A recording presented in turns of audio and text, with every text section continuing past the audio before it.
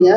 तो जो त्वचा को लेकर जो आजकल का जो मौसम चल रहा है, यस त्वचा को सर। लेकर मैं देख रहा हूँ काफ़ी जो है खुजली, खाज इस तरह की चीज़ें, हाँ, हाँ। इचिंग होना, ये सब जो है दाने होने, ये सब चीज़ें चल रही हैं। इसमें तो एक आम आदमी जो है क्या अपनी जो है नियंत्रण रखे और क्या चीज़ें करे, क्या प्रभावी है इसमें, ये कुछ थोड़ा बताएँ? देखो, त्वचा रोगों में सबसे बड़ी चीज़ क्या रहती है कि हमारा सबसे पहला रहता है हमारा खान-पान। त्वचा रोग जब जब पनपता है बॉडी के अंदर, तो ये है पित्त एग्रेसिव जब जब हमारा होता है। मीन्स क्या है कि आप जो है कि विरुद्धाहार, विरुद्धाहार किसको बोलते हैं? आप ठंडे के ऊपर गर्म और गर्म के ऊपर ठंडा खा रहे हैं। इस वजह से हमारी जो स्किन की एपिडर्मिस रहती है, जो परत रहती है, वो इफेक्टेड होती है। जो हमारा भ्राजक पित्त है वो हमारी स्किन को इफेक्ट करता है। मीन्स क्या है कि आपको अपना खान पान, आपने एक टाइम में चाय पी है, दूसरे आधे घंटे बाद आप कोल्ड ड्रिंक का भी सेवन कर लेते हैं। तीसरा जो है कि आप ऐसे विरुद्ध आहार का सेवन कर लेते हैं, जैसे आपने, अब मैं बात करूंगा एक banana shake. Banana shake Ayurveda में विरुद्ध आहार बताया गया है। विरुद्ध आहार क्या है कि केला कभी भी दूध के साथ में नहीं लेना चाहिए। ये एक विष समान है, ठीक है ना। बल्कि सबसे ज्यादा लोग क्या करते हैं कि केला और दूध, या फिर अभी जैसे कि फसल, अभी मैंगो की फसल आ रही है, सबसे ज्यादा लोग क्या करेंगे, मैंगो शेक जो कि विरुद्ध आहार है। बिल्कुल, फलों को कभी भी दूध के साथ में नहीं लेना चाहिए, ठीक है ना। तो ये इस तरह की विरुद्ध आहार बदलते मौसम के साथ में हमारी त्वचा को इफेक्टेड करते हैं, जिसकी वजह से फंगल इन्फेक्शन, कील मुहासे, एक्जिमा होना, सोराइसिस होना, सफेद दाग होना। आजकल छोटे छोटे बच्चों में देखने को मिल रहा है कि सफेद दाग, जिसको बोलते हैं ल्यूकोडर्मा, आयुर्वेद में बोला जाता है श्वेतरा, बहुत तेजी के साथ में फैल रहा है। इसका रीजन सबसे बड़ा क्या है कि हमारे बच्चे लोग विरुद्ध आहार का सेवन करते हैं। एक टाइम में चॉकलेट का सेवन कर रहे हैं, एक टाइम में जो है कि कुरकुरे चिप्स का सेवन, जो एक सोडियम बेंजोएट सबसे ज्यादा उनके ऊपर लगा हुआ आता है, जो कि हमारी बॉडी के अंदर बहुत ही तो क्या ये जो ल्यूकोडर्मा और विटिलिगो जो है, विटिलिगो जो बीमारी है, हाँ, तो ये क्या इसका इलाज संभव है? क्योंकि ज्यादातर हम लोग देखते हैं कि पूरे शरीर पर ये फैल जाता है, समय रहते अगर इसका उपचार हो तो आयुर्वेद में इसका ल्यूकोडर्मा का जो एक इलाज है, जिसको आयुर्वेद में श्वेतरा बोला गया है। देखो, सबसे पहले आप किसी भी डॉक्टर के पास में जाते हैं, किसी भी आयुर्वेदिक डॉक्टर के पास में जाते हैं, वो पहले आपकी हिस्ट्री लेता है, आपके विरुद्ध खान पान की हिस्ट्री लेता है। तो आज मैं अपने जो पिछले अपने 10 साल के एक्सपीरियंस की बात करूं, तो मेरे यहाँ से कम से कम 5000 प्लस केस जो विटिलिगो के हमारे पास में क्लिनिकल एविडेंस उनके सुरक्षित है। हमने 5000 प्लस केस जो है कि श्वेतरा के, ल्यूकोडर्मा के आयुर्वेद ट्रीटमेंट से पूरी तरह से जो निजात पाए हैं। तो क्या इसका कोई निश्चित कारण भी पता लग पाया अब तक, ऐसा क्यों हो गया? इसका निश्चित कारण, इसके बहुत सारे कारण होते हैं। एक सबसे बड़े, अगर मैं आयुर्वेद की बात करूं और आयुर्वेद पद्धतियों की बात करूं, तो सबसे पहले जो श्वेतरा जो फैलता है, वो उसका सबसे जो भयंकर दोष जो माना जाता है वो विरुद्ध आहार है, ठीक है ना।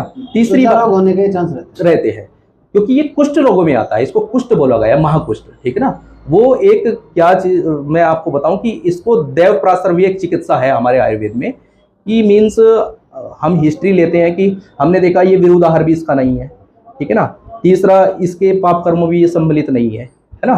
फिर ऐसे लोगों को क्यों रोग? चौथा ऐसा कारण रहता है कि जो पेशेंट, क्रोनिक पेशेंट, जिसको कब्ज की समस्या ज्यादा रहती है ना, अत्यधिक मात्रा में अल्कोहल का सेवन करना, अत्यधिक मात्रा में खट्टे पदार्थों का ज्यादातर सेवन करना, अत्यधिक मात्रा में ऐसे पदार्थ जो रहते हैं कि जो हमारी स्किन के लिए जो है कि हार्मफुल है। कुछ ऐसे लोग हैं जो बच्चे हैं, वो मतलब कुछ भी इनमें से नहीं करते, कुछ भी इनका शामिल नहीं है, उन बच्चों को भी ये तेजी से रोग बढ़ रहा है।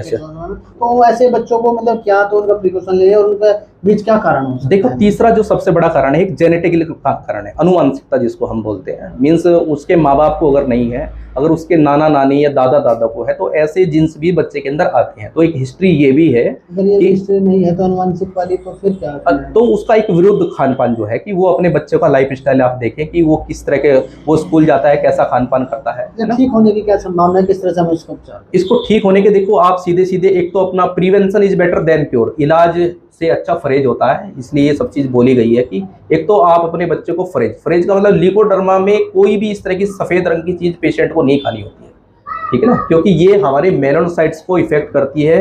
व्हाइट कलर की कोई भी चीज है, बच्चे का दूध बंद कर देना है, बच्चे की दही बंद कर देनी है ना। जैसे बनाना है, बनाना बिल्कुल बंद कर देना, सफेद रंग की मिठाई नहीं खिलानी है बच्चे को, सफेद रंग की टॉफी नहीं खिलानी है, या फिर बाहर के जो भी जंक फूड है, फास्ट फूड है, उन पे कंट्रोल करते हुए आप हमेशा हरी सब्जी, फल फ्रूट जो भी सफेद रंग के नहीं है, ऐसे फलों को आप जो है कि सेवन कराएं। और एक अच्छे आयुर्वेदाचार्य, जो भी आपके नजदीकी आयुर्वेदाचार्य है, उनसे आप चिकित्सा परामर्श लें। आपका बच्चा पूरी तरह से श्वेतरा सफेद दाग से निजात मिलेगी। अच्छा, एक जो पूरे दुनिया में ही अपने आप को जो है पहचान बना चुका है, जड़ बन चुकी है और लोगों के घरों तक पहुंच गया है जी। शुगर एक बड़ी बीमारी आज के डायबिटिक, और ये पहले जो प्रभाव होता था कभी कभी किसी को देखने में को मिलती थी, लेकिन अब गांव देहात ऐसे लोगों को जो किसान है, कृषि पेशे से जुड़े हुए हैं, तमाम मेहनत करते हैं, और ऐसे लोगों को में भी जो है डायबिटीज देखने को मिलता है। तो इसका क्या इलाज संभव है और क्या कारण है और किस तरह से इसकी जो है हमें जो है उचित उसका निदान करना चाहिए? देखो,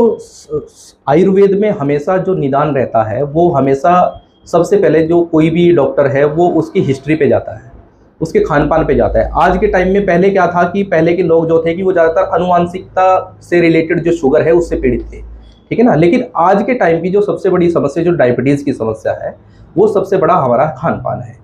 देखो, आयुर्वेद में इस बीमारी को अनुषंगी कहा गया है। अनुषंगी का मतलब कभी पीछा ना छोड़ने वाली बीमारी, ठीक है ना। लेकिन ये किस कंडीशन में जो है कि ठीक होने वाली है, किस कंडीशन में रिवर्स होने वाली है कि व्यक्ति एक तो अपने शारीरिक जो एक्टिविटी है, आज के टाइम में व्यक्ति इतना व्यस्त हो गया कि वो फिजिकल एक्टिविटी उसकी बिल्कुल नहीं है। सुबह अपने ऑफिस वर्क में जाना है, खान पान उसका सुबह के टाइम में अच्छा ब्रेकफास्ट नहीं है, या फिर खाली पेट जो है कि इस तरह की चीज़ों का सेवन करते हैं जो हमेशा पित्त और कफ को एग्रेसिव करने वाली चीज़ें होते हैं। ये हमारा जब कफ धातु एग्रेसिव होता है, कफ बॉडी के अंदर ज़्यादातर बढ़ता है, तो ऐसे लोगों को शुगर होता है। वो कैसे लोग होते हैं? जो आलसी प्रवृत्ति के लोग हैं, सुबह फिजिकल एक्टिविटी नहीं करते, प्रॉपर नाश्ता नहीं करते, समय पे लंच नहीं करते, देर रात जो है कि लंच करते हैं, या फिर इस तरह का डिनर करते हैं जो जंक फूड या फिर हमारा फास्ट फूड है। आज के टाइम में लोगों में एक ट्रेडिशनल बन चुका है, एक ट्रेंड है ये कि रात का जो डिनर है वो पिज़्ज़ा से करना है या फिर फास्ट फूड से करना है। इस तरह की चीज़ें जो हमारी बॉडी के अंदर कोई भी प्रोटीन्स विटामिन इस तरह के रहते ही नहीं है। पहले के लोग बहुत सारे ऐसे लोग हैं जो इन सब चीज़ों से दूर हैं, हाँ, मतलब जो है बहुत मेहनत कश वाले लोग हैं, मजदूर भी करते हैं और बहुत है उनके वही अब डायबिटीज हो रहा है, वो देखने में आ रहा है कई जगहों पे ऐसी चीजें। उनको डायबिटीज होने का सबसे बड़ा रीजन क्या है कि उनका विरुद्ध आहार है, ठीक है ना। वो फिजिकल एक्टिविटी में सम्मिलित है, लेकिन बॉडी के अकॉर्डिंग जो चीज़ें टॉलरेट होती है, जो चीज़ें पचने लायक है, ऐसी चीज़ों का इस्तेमाल वो नहीं करते। जहाँ तक हमें हिस्ट्री मिली है पेशेंट की कि पेशेंट मेहनत बहुत ज़्यादा करता है, लेकिन वो क्या करता है कि मीठे का सेवन अत्यधिक करता है और उतनी कैलोरी उसकी बर्न नहीं होती जितनी की बॉडी के अंदर कैलोरी गई है। एक सोचने से आजकल का जो माहौल है इससे भी क्या शुगर, एक जो हाइपरटेंशन है जिसको अवसादग्रस्त बताया गया है, ये भी क्या करता है कि हमारी बॉडी के अंदर इंसुलिन का जो लेवल रहता है उसको डिक्रीज करता है। जो व्यक्ति स्ट्रेस से पीड़ित है या फिर ऐसी एक्टिविटियों में सम्मिलित है कि वो जो अपनी बॉडी के लिए या फिर अपनी जो खान पान की गतिविधियाँ उसको नियंत्रण ही नहीं कर पा रहा है ना, ऐसे लोग भी इंसुलिन जो है कि आज के टाइम में जो है कि जो लोग 10-10 साल से जो इंसुलिन ले रहे हैं वो ऐसे लोग हैं, ठीक है ना। जो आज का जो कल्चर है काफ़ी लोग आधुनिकता की दौड़ में और अपने खर्चे इस तरह से कर लिए हैं कि काफ़ी टेंशन में लोग रहते हैं। तो इस तनाव मुक्त रहने के क्या उपाय हो सकते हैं? आयुर्वेद में क्या इसका? देखो, आयुर्वेद में जो इसके मुक्त रहने के मैं बताऊंगा कि सबसे ज़्यादा जरूरी है व्यक्ति का मेडिटेशन। आज के टाइम में जो व्यक्ति मेडिटेशन और योग से जुड़ा हुआ है वो व्यक्ति हमेशा हर बीमारी से जो है कि निजात पाए रखा है। आप कभी भी किसी ऐसे पेशेंट को देखते हैं जो डेली लगातार योग करता है, ध्यान मुद्रा करता है, ऐसे लोग आपको बहुत ही कम मिलेंगे जो किसी भयंकर बीमारी से पीड़ित होंगे। तो एक तो अपनी दिनचर्या में जो है कि योग और ध्यान को सम्मिलित कर रहा है। आयुर्वेद चिकित्सा हमेशा स्पिरिचुअल जुड़े रहने की एक चिकित्सा है कि आयुर्वेद से अगर आप जुड़े हो तो कहीं ना कहीं आप स्पिरिचुअलिटी से आपका जुड़ा होना बहुत जरूरी है। जहाँ पे स्पिरिचुअलिटी नहीं है, मैं मानता हूँ वहाँ पे आयुर्वेद नहीं है। जो व्यक्ति स्पिरिचुअलिटी को फॉलो नहीं कर सकता वो आयुर्वेद फॉलो नहीं कर सकता। अच्छा डॉक्टर साहब, जैसे कोविड आया, कोविड के बाद में तमाम खान पीन, तमाम चीज़ें और कई बातें ऐसी सामने आई हैं जिनको लेकर जो है आदमी आश्चर्यचकित है। इसके बाद कुछ अभी कई केस ऐसे आ रहे हैं कि नाचते नाचते आदमी की मौत हो जा रही है, बैठे बैठे मौत हो जा रही है, तमाम हार्ट वाला जो समस्या ही हो रही है। और यहाँ तक कि जो लोग बड़े बड़े आयुर्वेदाचार्य हैं और बहुत फिजिकल एक्टिविटी में रहते हैं, योगाचार्य हैं, अभी हाल ही में योगाचार्य की मौत हुई है, तो इस तरह की चीज़ें उन्होंने जो हो रहा है, तो ये क्या कारण हो सकता है? ये भी तो एक मतलब इसका देखो, एक आयुर्वेद में ग्रंथों में जो वर्णित है एक चीज़ कही गई कि अत्यधिक व्यायाम, एक अत्यधिक व्यायाम भी व्यक्ति को अपनी टॉलरेट पावर से ज़्यादा नहीं करना चाहिए। कुछ लोग क्या है कि खान पान उनका इतना स्ट्रॉन्ग नहीं है, लेकिन फिजिकल एक्टिविटी को इतना ज़्यादा इंपॉर्टेंस देते हैं कि उनका जो धातुक्षय का मतलब क्या होता है कि रस, रक्त, मांस, मेद, मज्जा, अस्थि, शुक्र, ये 7 धातुएं बॉडी के अंदर रहती है जो डिक्रीज होना शुरू हो जाती है, यानी कि उनका एक जो पावर लेवल है वो घटना शुरू हो जाता है। तो ऐसे लोग मोस्टली क्या रहते हैं कि वो जनरल वीकनेस से इफेक्टेड होते हैं। ओज का क्षय होता है। हमारे हार्ट के अंदर ओज एक ऐसी पावर है जो हमारे शरीर के अंदर कांति पावर सबको बनाए रखती है। एक्स्ट्रा मेहनत करने वाले लोग, जो अत्यधिक मेहनत करते हैं, ऐसे लोग भी आजकल शरीर की हार्ट डिसीज कैपेसिटी से बाहर